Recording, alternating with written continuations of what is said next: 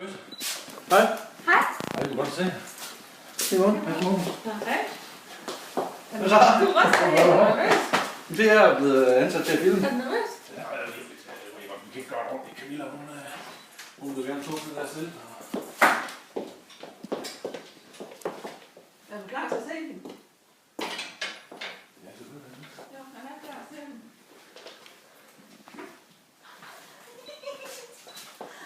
Ej, så fint. Hvad sidste? Ja, hvad er det? Er det min kone, Nina? Hej. Det er da lækker. Jamen, jeg filmer. Nej, så er det ikke vildt. Det er mega lækker. Det er ikke noget, det. Hvor skulle det gå der, Lina? Jamen, din mor er jo helt oppe at køre. Du skal ikke gå ind og dække bord, det kan ikke passe. De må få det med gratis. Jeg sagde, det er helt op at gøre der. Det kan det godt gøre. Vi har også. Ej, nu smager snaps. Nej, vi har det ikke. Hvor er det champagne op til? Hvor er det sko? Så står vi der. Skal man have? Rent. Ja. Tænk til du ingenting har sagt til mig. Ja, nu så er det super. Og så, jeg havde faktisk, dengang det ringte mig i går, så tænkte jeg, at måske jeg den, jeg skal snakke med på telefon. Men så når du fortæller mig, at du Dennis er ved at gå fra hinanden, så har jeg sådan lidt, jeg skal giftes. Ikke også? Jeg synes sådan, det var lidt Det er ikke noget, det er ikke noget, vi er ved, for det er noget, vi er gjort. Lige meget, du har godt sagt. Og du gifter dig, når vi skal. Nej! Vi skal alle sammen nu. Vil I med til bryllup? Camilla. Yep. Nej. Skal jeg gifte dig? Det gør den da.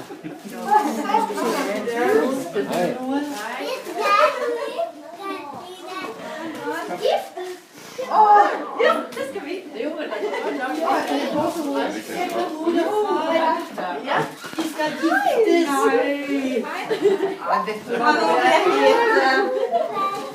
Hvad er det?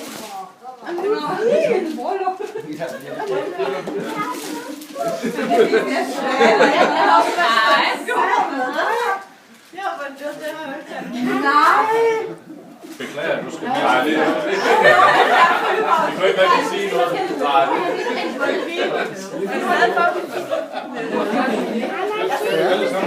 Ja, den er...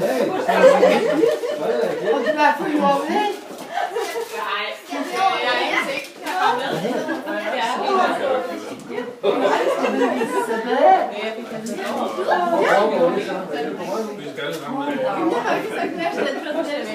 Vi skal med på Aarhus alle sammen. Er det derfor, vi ikke har tænkt bord? Ja. Det er derfor.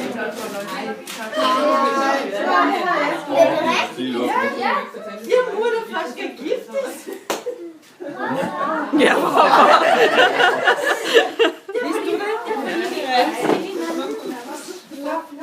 hvorfor tror du, jeg skal blive herinde, tænker jeg?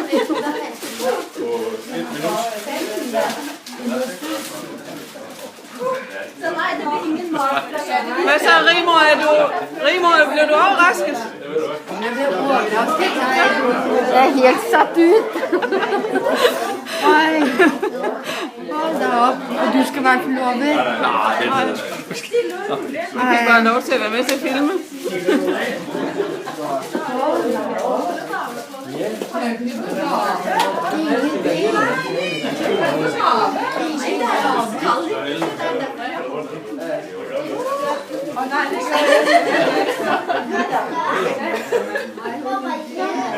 Der var ikke nogen, der faldt mistanke om det, tror jeg ikke. Nej, jeg har slet ikke. Jeg skal ud og forholde de skal giftes. Nej! Han kommer nu, det skal jeg jo komme her. Jeg tænkte sådan, ja, Morten, kom med. Ja, jeg står ikke så meget.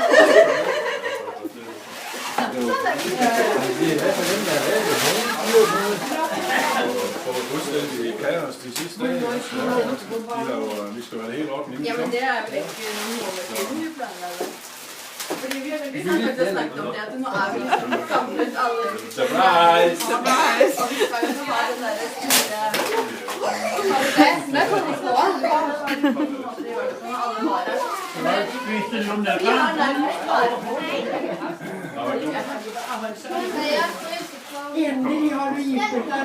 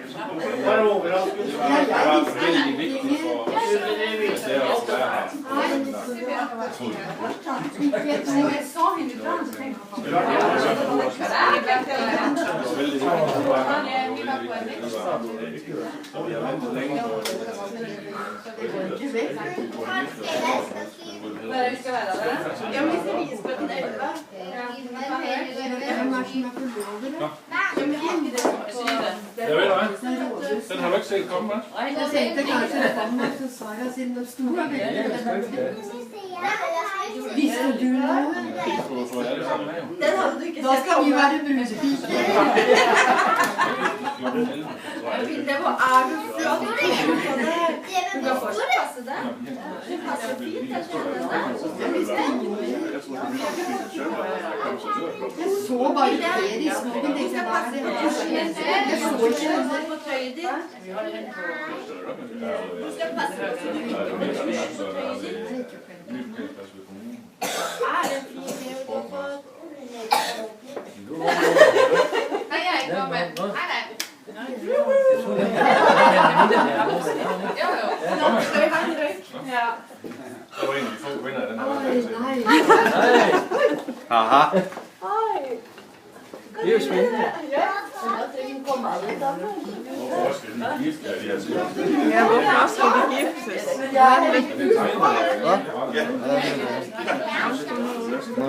Skal jeg så ikke bare stoppe? Det skal jeg ikke snart. Nej, det vil jeg ikke synes.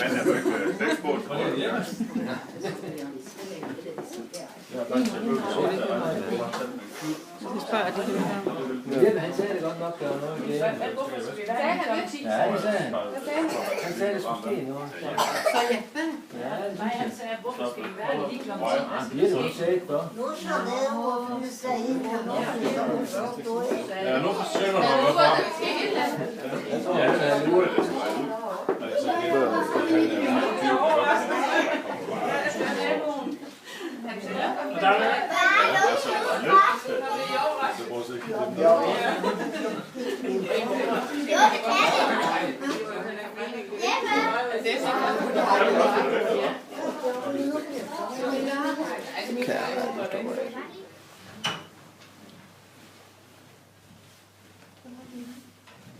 Så vil jeg da byde jer alle sammen hjertelig velkommen her til Skive Rådhus. Jeg hedder Lone Knudsen, og jeg er chef for borgmesterens kontor. Jeg skal hilse fra borgmesteren og sige, at han er desværre forhindret. Og vi vil ikke spørge viceborgmesteren om det, for han er travlt med valgkamp. Så det er mig, der har fornøjelsen af at have bryllup her i dag. Det har jeg indimellem, fordi jeg siger, at jeg er reservegiftefod, som man siger. Men det er jo lige så godt, det holder lige så godt. Og mine bryllupper plejer at holde, vil jeg sige. Så det skal ikke være nervøst. Ellers så vil jeg jo lige fortælle jer, at det her det er faktisk en meget historisk bygning, vi er i. Det er det ældste hus her i Skive by. Og herinde sidder vi i den gamle politistation, vil jeg lige sige. Og dem af jer, der er bag den tværbjælke, I er faktisk i noget af det gamle fængsel. Så kan I jo så selv sige parallelt til fængsel og ægteskab, om der er noget der. Men vi har valgt at lægge det til vores bryllupslokale. Vi havde sådan et lille sødt fængsel derovre, da jeg kom til byen for 26 år siden. Og det blev nedlagt som så meget andet. Og så tog vi så og solgte det der nede bagved og fik sat det her i stand. Og så fik vi et større bryllupslokale, som vi har haft plads til lidt flere gæster herinde. Men det her rådhus, det er talt som sådan et rådhus. Og jeg vil lige sige, at vi har aldrig arbejdet her, men vi har haft mange møder, for vi fik politistationen flyttet en gang i 70'erne, 70-årene, ud på Ræsenvej. Så blev der nogle lokaler her, som man så lavede nogle mødelokaler i. Og så havde vi retten lige her ovenover, og de er flyttet til Viborg, desværre. Så er der god plads der. Og så har vi en byrådssal heroppe i Hjørring, men den er ikke stor nok til det byråd, vi har i dag, så vi fik bygget en ny nede i Torvegade. Så planerne er, at vi skal have en café her i det gamle rådhus. Men vi bliver ved med at have et bryllupslokale. Det bliver nok flyttet ovenpå. Men ellers så bliver der en café, og så er det jo praktisk. Så kan man holde sit bryllup her, og så behøver man ikke at gå ud, hvis man vil det. Men det er nu ikke derfor. Men man vil gerne have, at vi får en café her på Skive. Og så giver det også nogle muligheder, man kan sætte udenfor, når det er godt vejr. Men ellers så vil jeg gå i gang med det alvorlige. Det er jo det, I alle sammen må rejse jer op.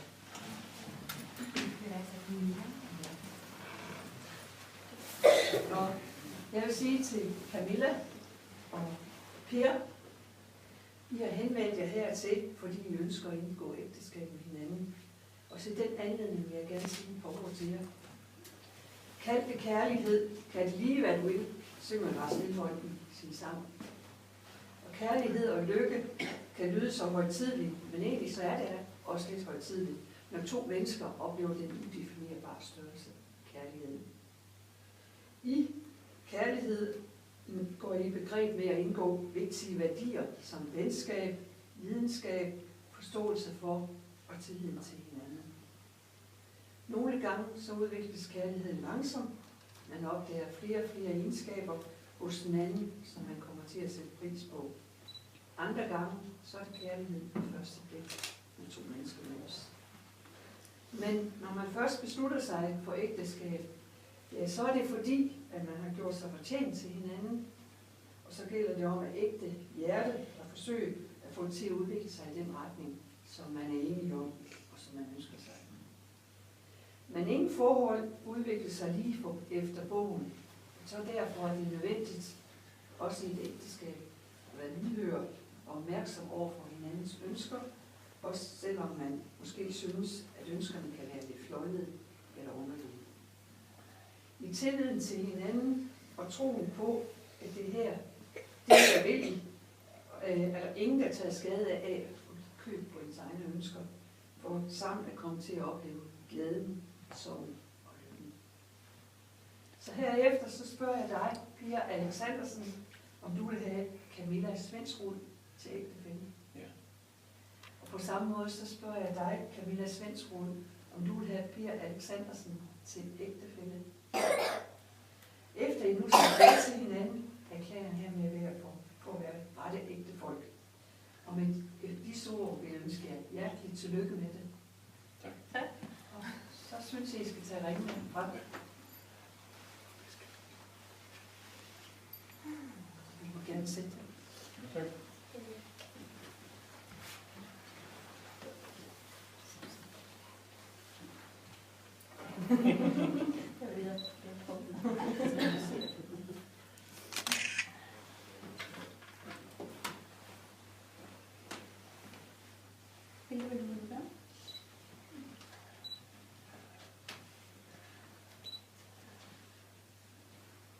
Du har opdaget noget før i tiden.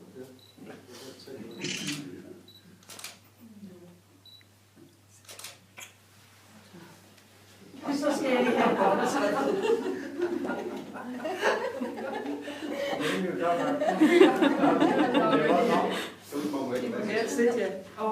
så skal jeg have dig til at skrive der. Og du skal også begynde at skrive der. Og der ligger ikke noget i, ved jeg ikke, for 2. Nej, det er ikke. Tak for det. Det er hensyn til vores EDB-system.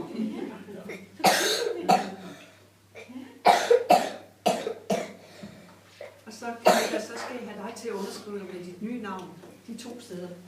Du bliver benævnt som nummer 1 i vores sprog. Det vil have fået lidt navn.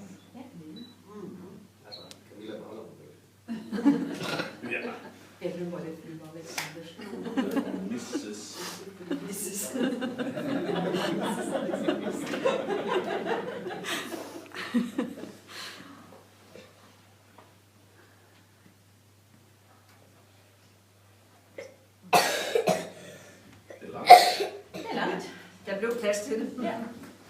Og så vil jeg gerne have dig, Rigmor, til at stå der. Ja. Og igen der 2 steder. Så heter jeg Camilla Svensrud Alexandersen. Heter du det nu? Nu? Ja.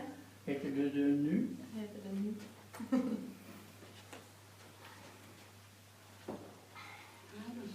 Ja.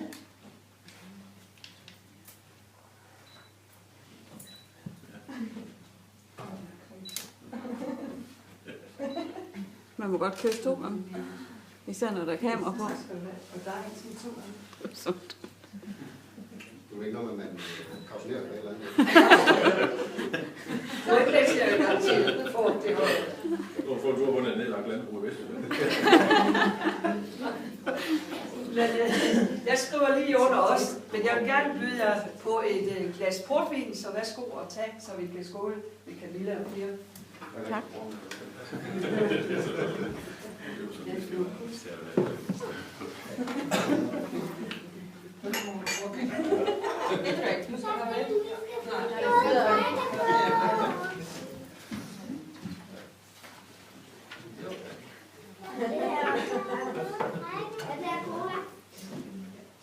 Jeg tror, det er ikke dansk.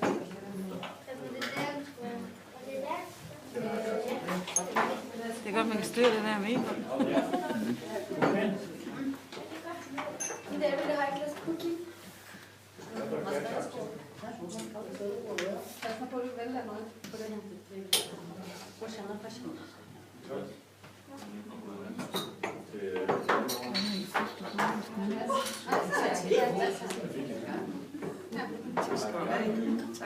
MC. Der fik jeg jo så penge i min alder. MC.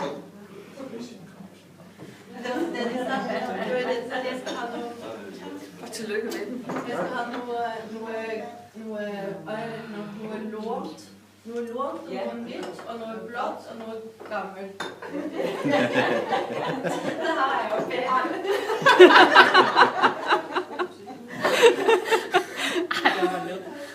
Skål alle sammen. Tak fordi I vil komme. Tillykke. Tillykke med dagen. Lige måde. Hvor er det gift? Ja, men hun vil bare gifte. Og det gjorde ikke ondt til. Nej. Ikke endnu.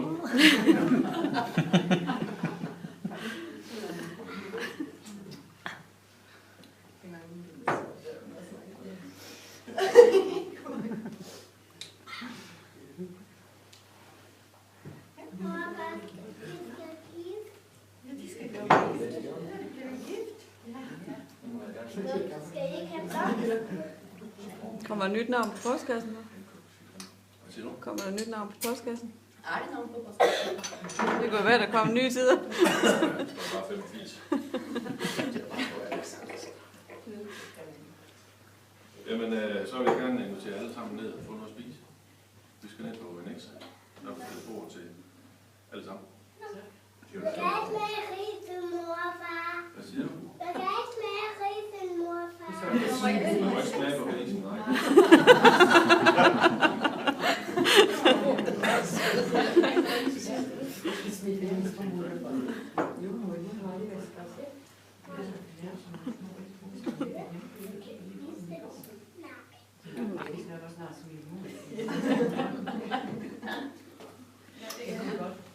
Men jeg kan sige, at fuglene spiser risene bagefter. Ja, det er ikke så godt. Og det er ikke så godt. Nej. Man kan ikke spise risen. Nej, det bruger man ikke til risengrød. Nej, det er nogle andre ris. Nej, det kan man ikke lide. Nej. Kan du ikke lide det? Nej,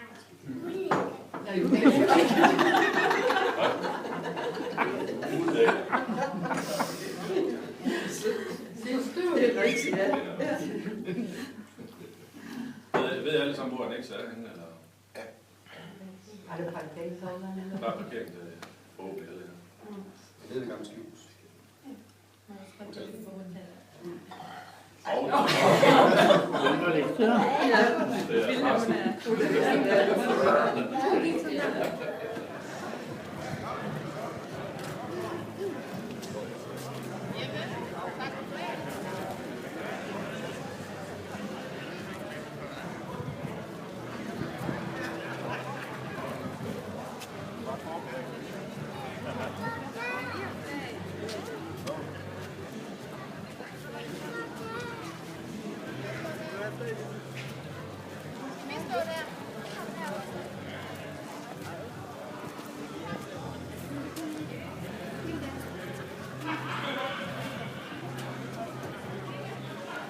Nu siger vi det på videoen. De ris, vi har, dem får I hjemme i sengen. Nu kommer det med på videoen.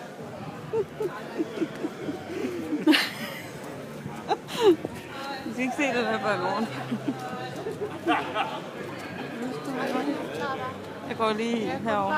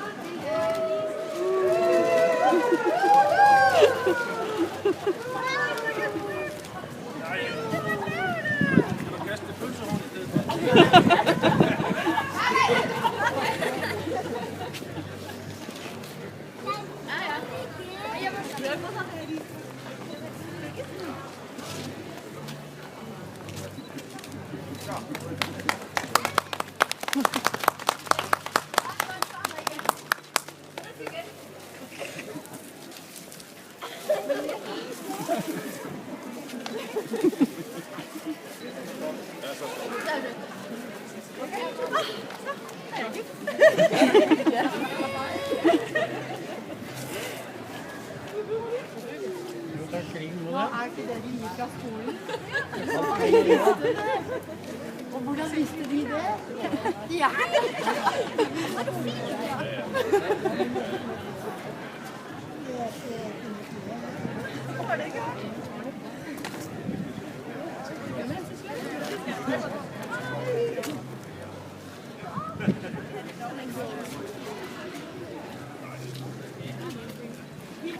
Jeg går bort til mor og far.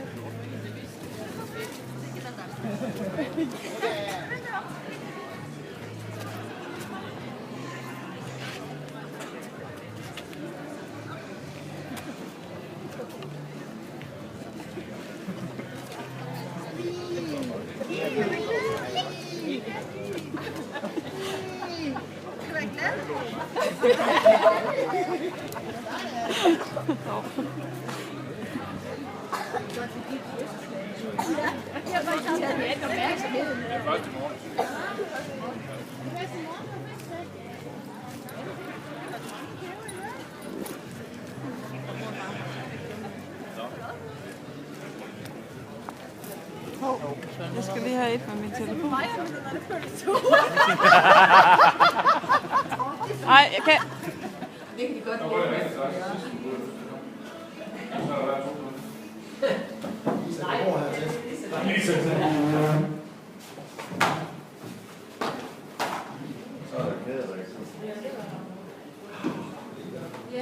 Nej, jeg tror, jeg Det er bare fint. Morten, ja, vil du lige forklare, hvad de kan vælge imellem? De kan vælge mælk og menukortet. Til venstre ses vores frokost. Og der er ikke noget, der passer som i et større. Og jeg vil sige, at alt til venstre, det kan I hvert fald vælge. Ja. Frokost. Og der er en glas. Så glas, det var dejligt. Allerførst så tak fordi I gad at komme til Vildes 3-års fødselsdag. Det har været noget af et skjult nummer, det her.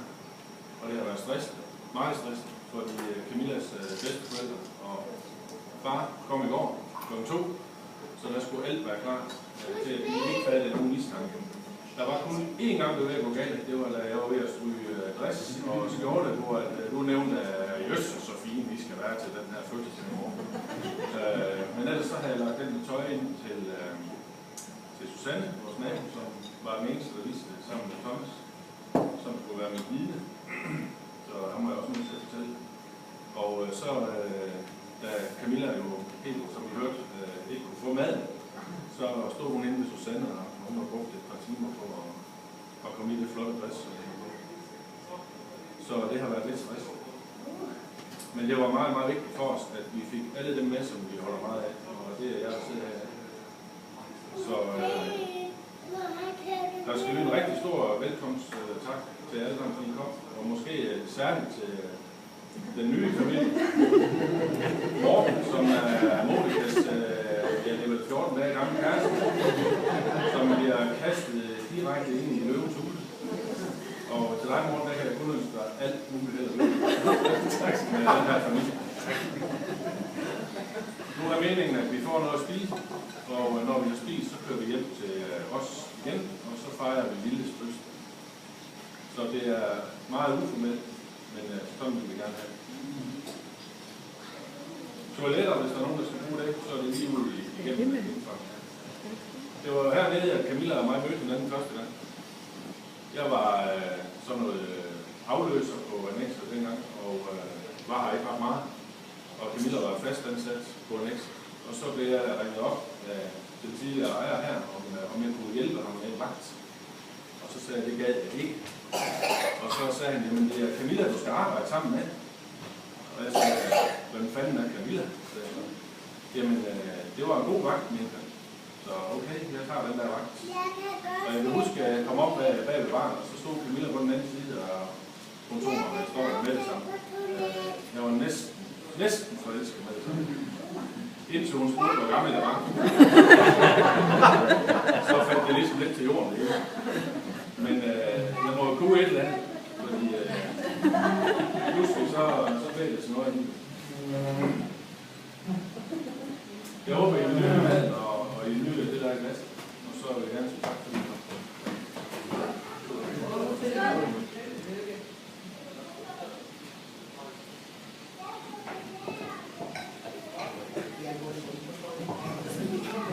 I kunne selv på det. Sengen alle sammen. De tog så flere på sengen, da han blev 30 år siden. Da han blev 30, det tror jeg heller ikke, vi glemmer. Det gør jeg i hvert fald ikke. Men nu er det så ham, der er også en overraskelse, og jeg må da sige, han har givet mig meget med overraskelser gennem tiden. Men det her, det var egentlig gode.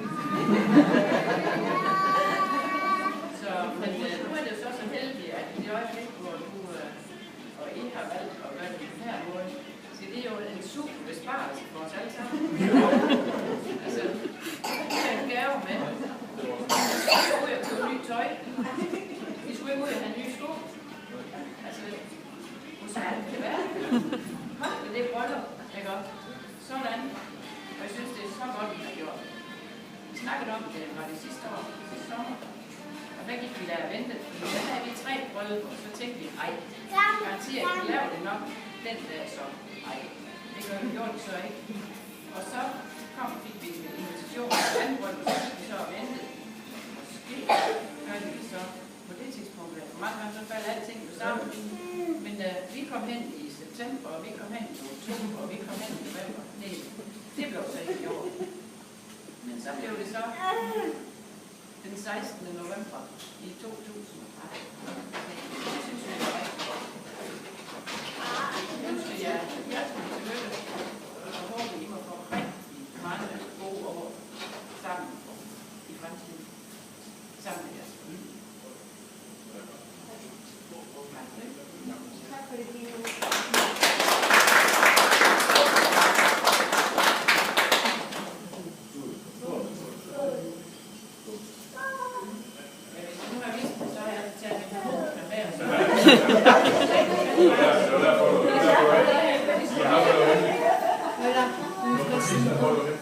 Du skal sige noget. Tak,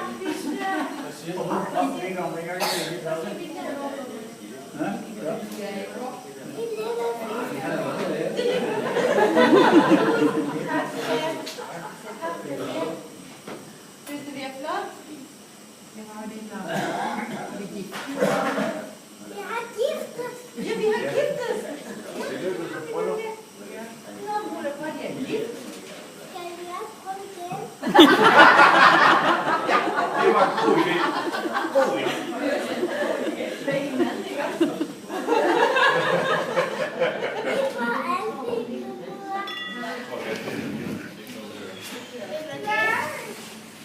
Ja, men tak fordi vi må komme. Vi vil gerne lige sige op for den her oplevelse. Og Per, så er jeg nødt til at sige, du sagde lige før, at Du var vild med Camilla for første øjeblik, med den der bare var sammen. Jeg husker, at Thomas han boede inde ved dig, lige før Camilla hun flyttede ind. Og jeg havde sådan lidt med, at hvis jeg havde været på arbejde, så skulle jeg lige komme ind med lidt rester, så der i hvert fald var, at man kunne få mad på bordet. Og det var vældig fint. Og så fortalte du også om, at du havde mødt Camilla. Og jeg kom til at sige, hun er forhåbentlig over 25. Ja, han sagde, ja, hun er 27. Men hun skal nu heller ikke flytte ind. Nej, okay. Er du sikker? Jamen, hun er skide sød, men det skal hun altså ikke. Hun skal bare lige have et sted at bo. Nogle få dage. Så det er rent barmhjertigt. Jeg er ikke så tid. Og så er det jo sådan, at du bliver lidt sur, når vi siger til dig, kæft, hvor har du skruet godt her. Det har du også. Så siger du ofte, ja, og hvad har hun fået? Hun har fået en gammel sur mand. Det er vi ikke helt enige i. Vi synes også, at hun har skruet godt. Vi er faktisk rigtig glade for, at I nu har besluttet for, at I vil hende.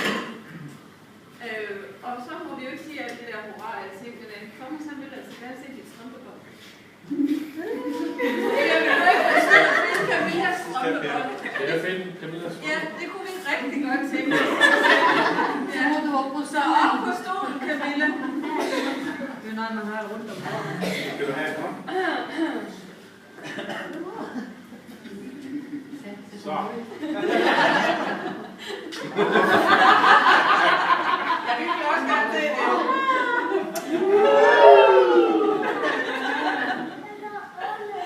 Ej, nu rundt ved bordet. Han er rundt ved bordet.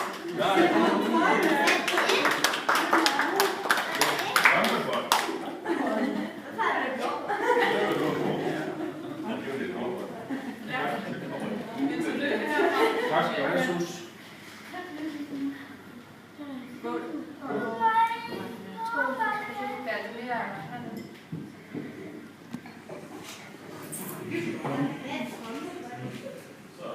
Så der frem på den store scenar, hvor der er oppe på bordet af.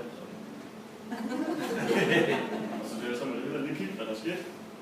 Og I så står i bryllupstøj, og det er ligesom sådan en eller sådan, der er ligesom et opfænding, at ligesom til at ske nu. Men det udvikler sig, det er fint nok.